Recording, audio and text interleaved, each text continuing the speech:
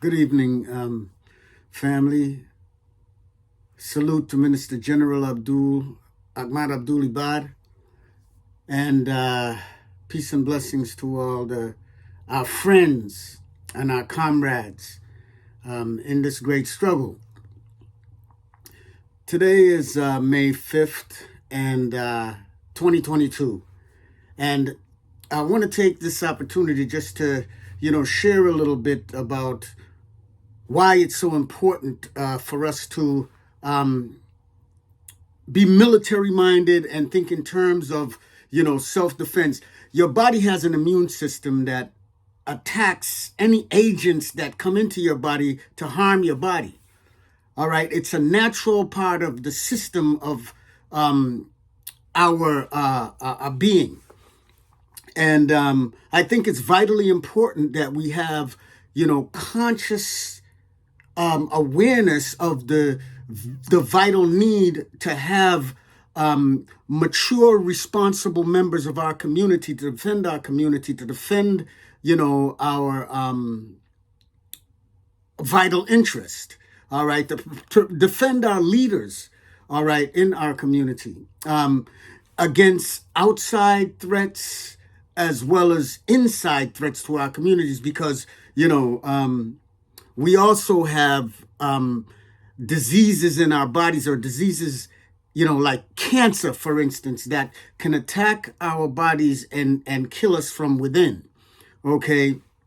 So, I say that just to, point out, man, that, part of,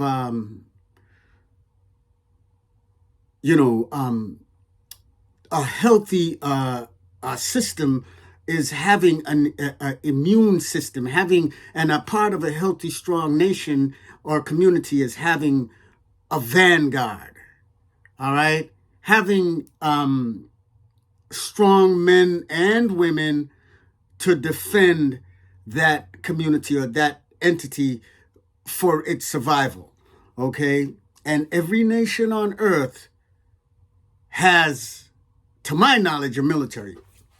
And, I just want to, point out some things about responsibility that I think is very important. I was reading this book earlier, and in it talked about well-being. And one of the things I noticed in it was, it said, Dr. Hilda Brock, in the preface to her book, Learning Psychotherapy, states that basically all patients come to psychiatrists with one common problem: the sense of helplessness, the fear and inner conviction of being unable to cope and to change things. One of the roots of this sense of impotence in the majority of patients is some desire to partially or totally escape the pain of freedom, and therefore some failure, partial or total, to accept responsibility for their problems and their lives. They feel impotent because they have in fact given their power away. Sooner or later, if they are to be healed, they must learn that the entirety of one's adult life is a series of personal choices and decisions. If they can accept this totally, then they become free people. To the extent that they do not accept this, they will forever feel themselves victims. So we have a responsibility to ourselves, right, for the sake of our own freedom, all right, to stand and to meet the challenges that we faced in this life, okay? And, that's why the existence of Sons of Africa is so vitally important. And that's why it's vitally important for us to acknowledge the responsibility we have, for our community, to defend our community and to be the vanguard of the defense of our community.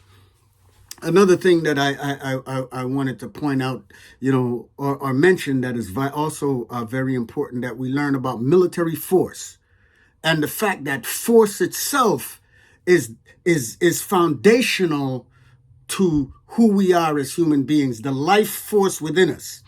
The life force within us is the origin of our immune system, is the origin of the military, all right, force, okay? And I want to go to another book and quote something about violence. The word violence comes from the Latin word vis, meaning life force. Its very root suggests that in violence, the thrust of life is making itself visible. If that fundamental vitality is not present in the heart, it nevertheless seems to appear distorted by our repressions and compromises, our fears and our narcissistic manipulations. It would be a mistake to approach violence with any simple idea of getting rid of it. Chances are, if we try to eradicate our violence, we will also cut ourselves off from the deep power that sustains the creative life. Besides, psychoanalysis teaches repression never accomplishes what we want, okay?